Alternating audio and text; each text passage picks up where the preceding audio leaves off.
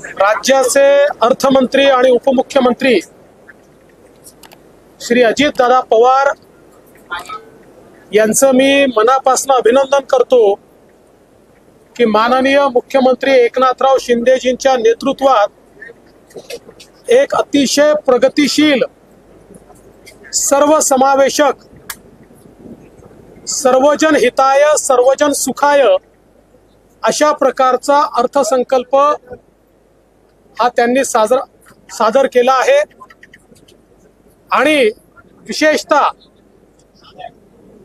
शेतकरी, महिला, युवा, मागासवर्गीय अशा सगळ्या घटकांना समर्पित अशा प्रकारचा हा अर्थसंकल्प आहे।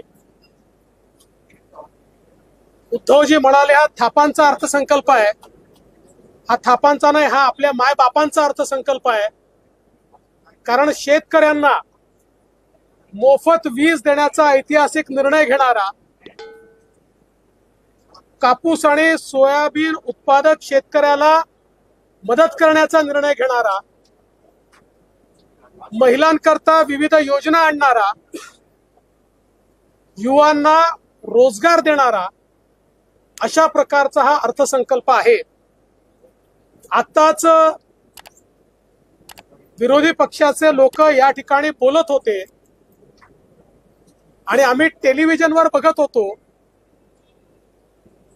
त्यावेळी त्यांच्या बोलण्यात जोर नव्हता, त्यांच्या चेहऱ्यावर नूर नव्हता, चेहरे उतरलेले होते आणि केवळ टीका ते करत होते। हा अर्थसंकल्प महाराष्ट्रामध्ये एक नवीन इतिहास तयार करणारा आहे। या अर्थसंकल्पामध्ये जे जे आम्ही कबूल केलेलं आहे ती प्रत्येक गोष्ट त्या त्या विविक्षित वेळेमध्ये आम्ही पूर्ण करून दाखवू। आणि अर्थसंकल्प म्हणजे हा निवडणुकीचा अर्थसंकल्प नाही, तर हा निर्धाराचा अर्थसंकल्प आहे, हे आम्ही निश्चितपणे दाखवू।